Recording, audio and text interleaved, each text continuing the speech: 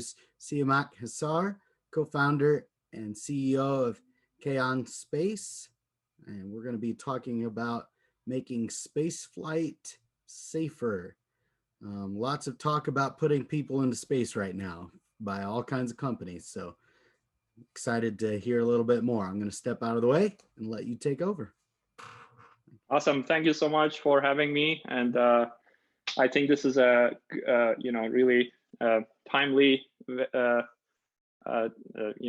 slot for my presentation, considering what Scott just talked about. So I'm gonna talk further about the pollution space and essentially space debris problem. So I've actually prepared the slide deck, so I'm gonna go ahead and share the slide deck. Thanks so much for having me for this opportunity to talk about this important matter. I'm Siamak Hesar, CEO and co-founder of Kayhan Space. I've worked in the aerospace industry for over 10 years, received a PhD with a focus on astrodynamics, and have supported multiple NASA JPL missions.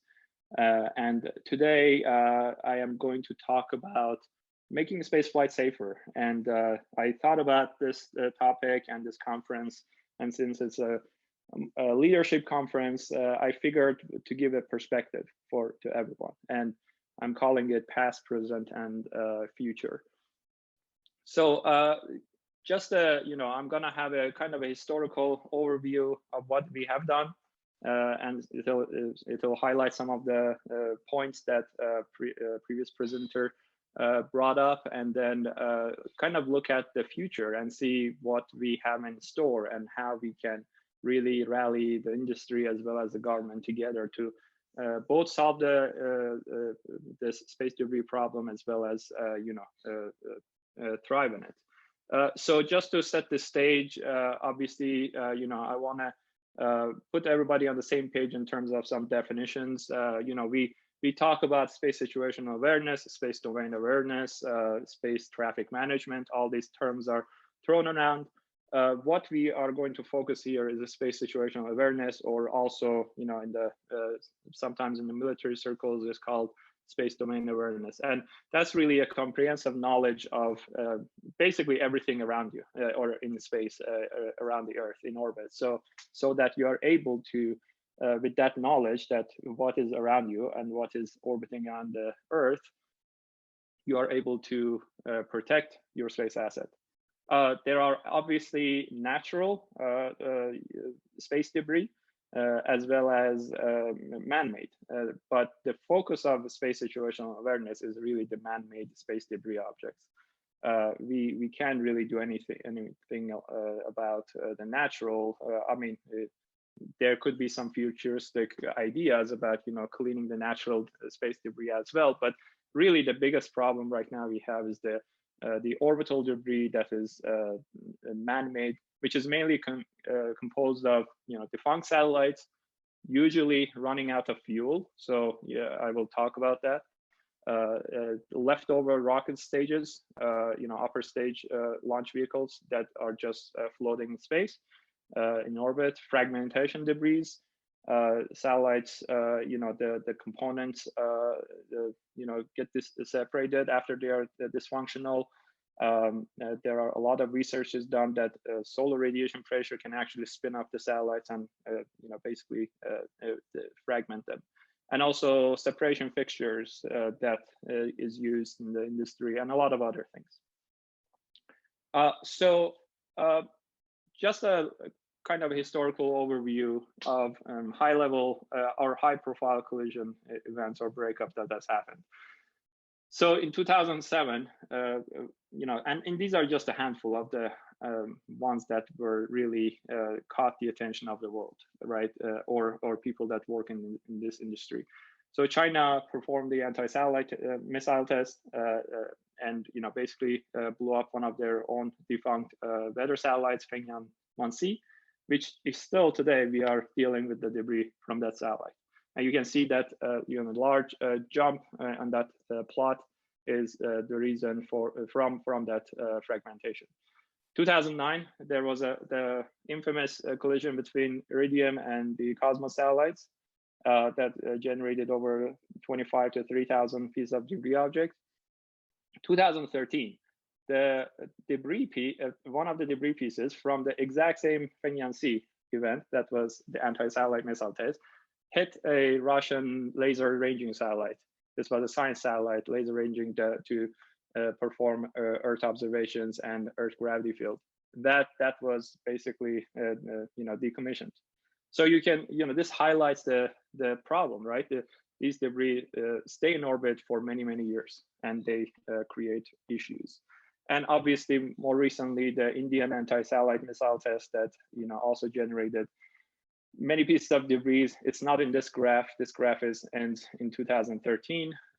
It's not updated, and there are a lot more of examples like this.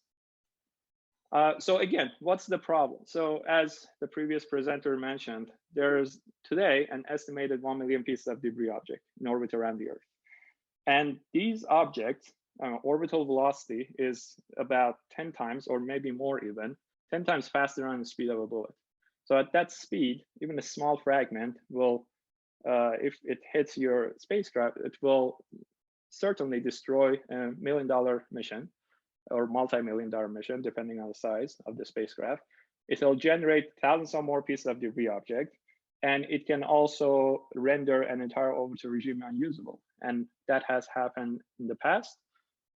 Those breakup events that I talked about, there are orbital environments or orbital regimes today that it is very risky to put a spacecraft there, because the cloud of debris simply stays in orbit, and over time, as a function of perturbation of the Earth's gravity, they actually spread around. So, and again, the Donald Kessler in a few decades ago forecasted, NASA researcher that we have actually talked with him quite extensively, that essentially it's known as Kessler syndrome, that forecasted that if the space debris density in orbit reaches a certain threshold, then every single collision is going to lead to a chain reaction. That was also depicted in the, I'm sure many of you are familiar with the movie Gravity in the pop culture, that depicted that's what would happen in a scenario of a chain reaction. But this is not hypothetical, right? So just this April of this year, two very high-profile events happened. One involving astronauts, the life of astronauts, that they had to, on their way to space station, they had to get back in their pressurized suit and basically get ready for impact. And turned out it was a mistake, a human mistake, and also the other event between OneWeb and SpaceX. That still, the narrative behind it is still changing today, which really underscores the problem that we need to pay better attention to this issue. So why should we care about what's going on up there, right? And we should care because space is really is an infrastructure. So our modern way of life is actually enabled by space today.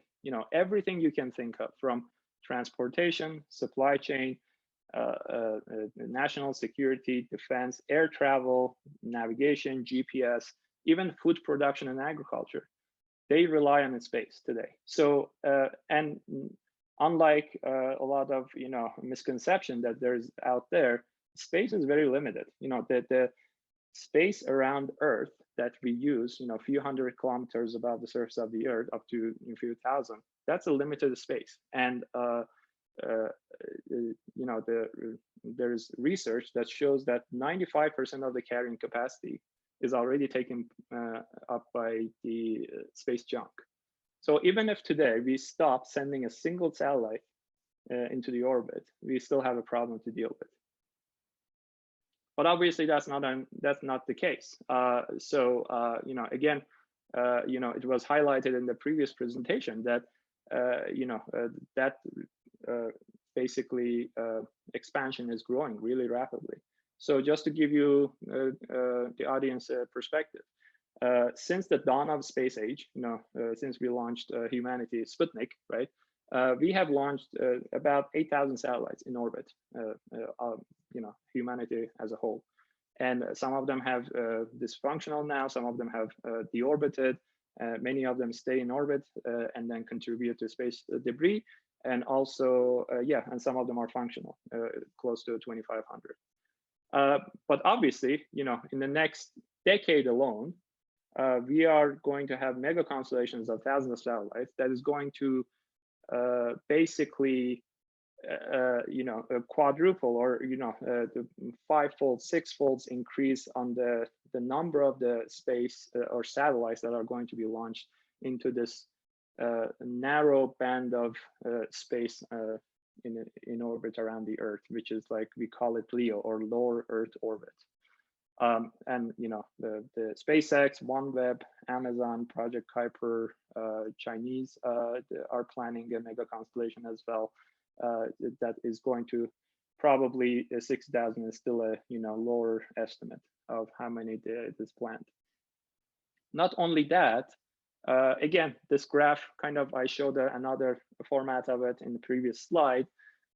Today we are the U.S. Space Force, U.S. Space Command, are tracking, via the Space Awareness Network, they are tracking reliably about 23,000 pieces of debris object, including operational satellite in orbit.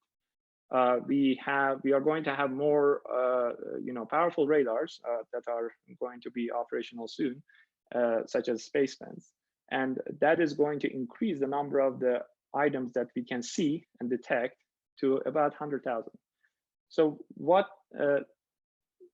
you might think, the more object we see, the better it is, right? But there's a problem. The problem is that today, satellite operators do not have scalable processes to deal with this issue. Again, as we are building our company, and we have done many interviews with numerous satellite operators, and to learn and to understand, and also based on my own experience doing this exact work, that what are the issues, what are the problems, and they have told us over and over again is that today I have a constellation of 20 satellites. I get alerts about collisions, like hundreds, 200 alerts in a week. When that number of those alerts are going to become thousands in a week, then I cannot deal with it. The manual processes that are prone to human errors and delays is going to have an impact on the way we handle this problem, and it will result in further collisions. Okay, so what should we do? That's all doom and gloom, the status right now, but there's a solution, right? And I guess in the next half of my presentation, I'm gonna focus on what the solution is, and from our perspective at Kayhan Space.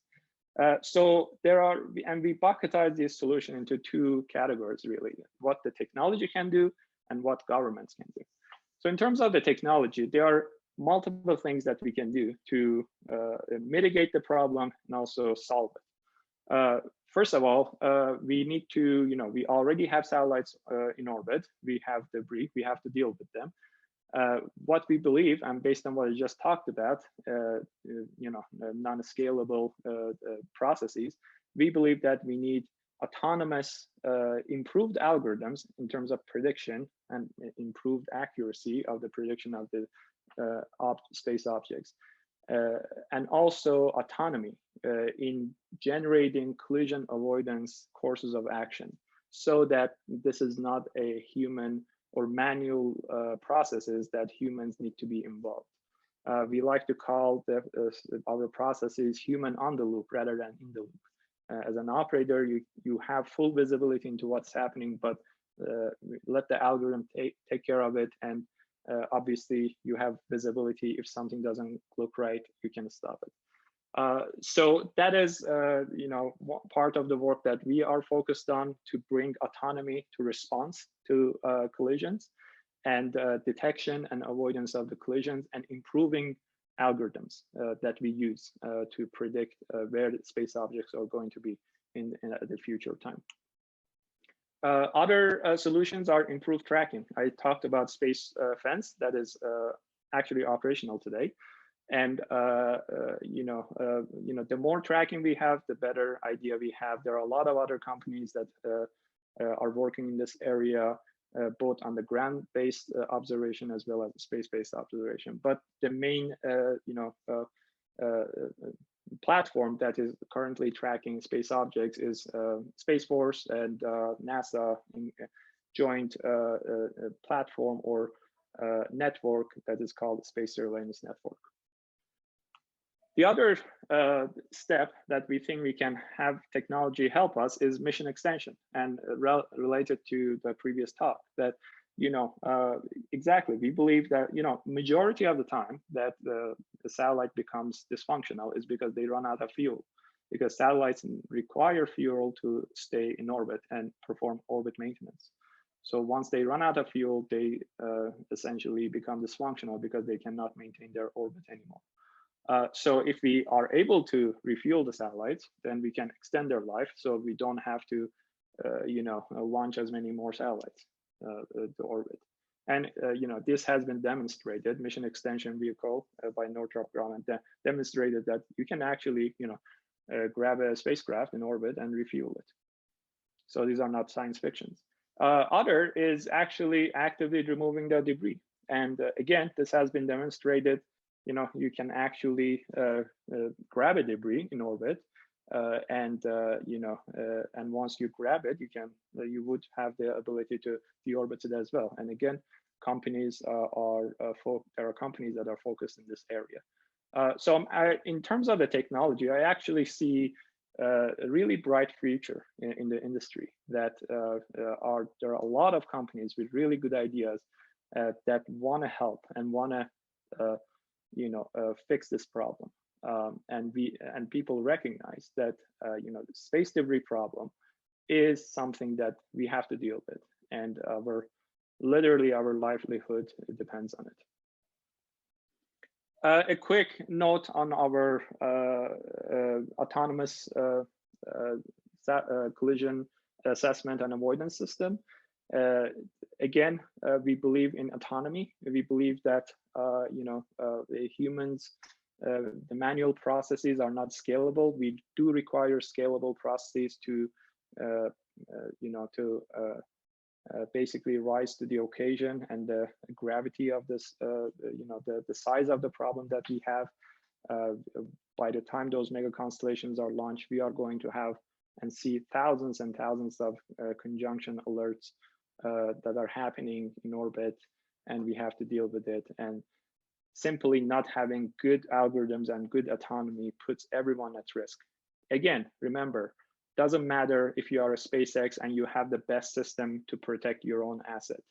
If you have another operator that does not have access to good, capable software platform, not only they put themselves at risk, but they put our others at risk. If they collide either with an operational spacecraft or a piece of debris, the debris generated from that is going to spread around the orbit, and basically is going to be a problem that is other operators have to deal with as well. But I talked about technological solutions. The other area that not many people talk about, and we firmly believe that there needs to be some common sense regulatory solutions to this problem as well. So in US alone, and we firmly believe that technology can't do it alone. We do need government participation. US government has a critical role both in the national, dealing with the space policies within the US, but also internationally. The last administration, there was a presidential directive, Space Policy Directive 3, that essentially put Department of Commerce, Office of Space Commerce, in charge of space traffic management. We know that has been stalled a bit recently because of budgetary constraints. So this again highlights the issue.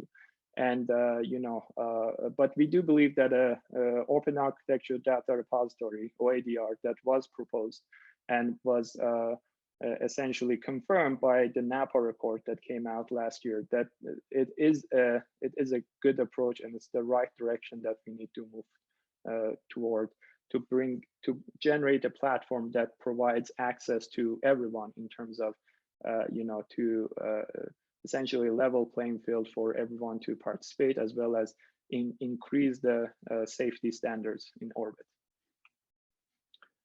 But obviously, space does not belong to any one nation.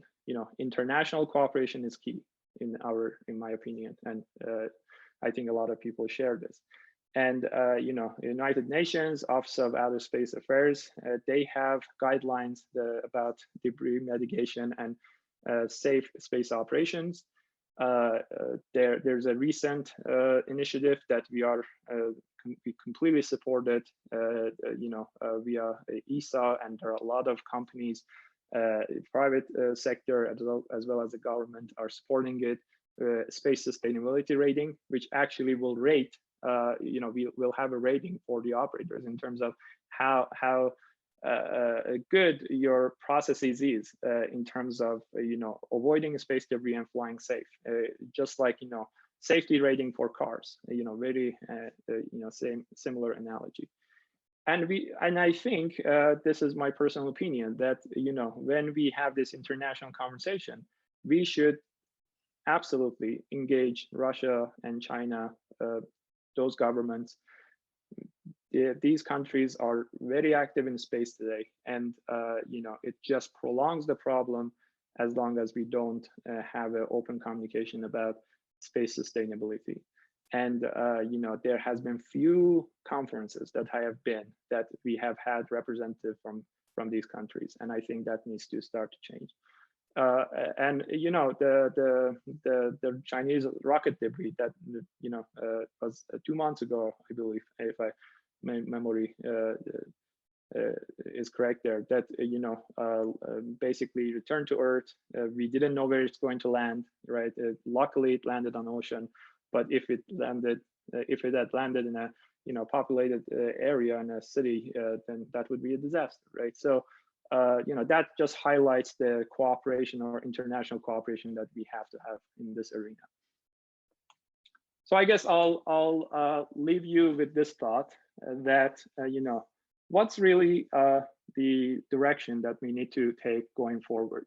And I was doing some research, and I came across this quote from history of air traffic control, and I think it's a really good analog from this website that. Essentially, you can read it yourself, but essentially, the Department of Commerce at some level, after multiple air collisions, assumed control of the air traffic control. And today, we have very, reasonable standards in terms of when you are flying in and out of an airplane. Airplanes do not crash anymore unless there's a really, really bad mistake. And yeah, I think we are at an inflection point in this industry, and I hope as a humanity as a whole, we make the right choice in terms of going forward and making sure that space stays a sustainable resource for us to take advantage of and use it for our lives. With that, thank you so much. I'd be happy to answer any questions if there is, or this is my email. Reach out to me. I'll be happy to discuss more. Thanks. Awesome. Thank you so much. We really appreciate your time coming on and being with us today at the Leading Entrepreneurs of the World Conference. I'm really looking forward to the future of everything that you guys are doing, and looking forward to some of that air traffic control improvement stuff. So definitely needed.